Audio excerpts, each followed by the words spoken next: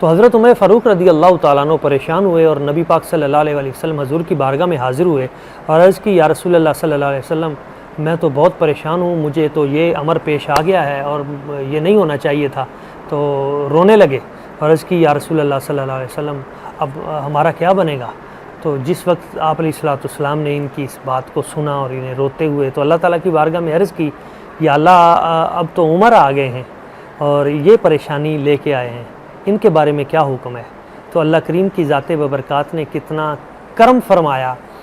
ارشاد فرمایا احل لکم لیلۃ الصیام الرفث الی نسائکم، تمہارے لیے حلال کر دیا گیا اپنی ازواج کے ہاں جانا اور دیگر تمام معاملات رمضان کی راتوں میں. تو صبح تک کے لیے گنجائش مل گئی، سحری کا صبح کا جو برکت ہے وہ بھی حاصل ہو گئی، پوری رات کی جو ہے وہ اجازت اور چھٹی وہ بھی مل گئی. اور ساتھ ایک اور خوبصورت بات ہے کہ یہاں پہ اللہ تعالیٰ نے حضرت عمر فاروق رضی اللہ تعالیٰ عنہ کا نام بھی نہیں لیا.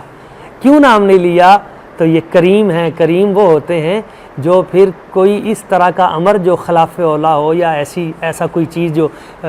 کسی یار سے یا کسی خاص سے اس کا صدور ہو گیا ہو تو وہ اس کا ذکر کرنا بھی پسند نہیں کرتے. تو اللہ کریم نے حضرت عمر فاروق رضی اللہ تعالیٰ عنہ کا ذکر کیے بغیر،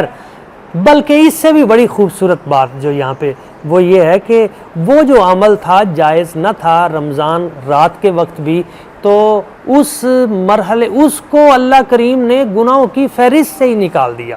یعنی یہ کمال کیا کہ وہ رات کا جو عمل ہے احل لکم لیلۃ الصیام الرفث الی نسائکم، اس الرفث الی نسائی والا معاملہ وہ گناہ کے دفتر سے ہی نکال دیا گیا رمضان کی راتوں میں. یہ کمال ہے حضرت جناب سیدنا عمر فاروق رضی اللہ تعالیٰ عنہ کا کہ آپ کی وجہ سے قیامت تک کے لیے امت کو یہ رمضان المبارک کی راتوں کو کھانے پینے کی اور اپنی ازواج کے ہاں جانے کی اجازت مل گئی. اور سحری کی جو برکت ہے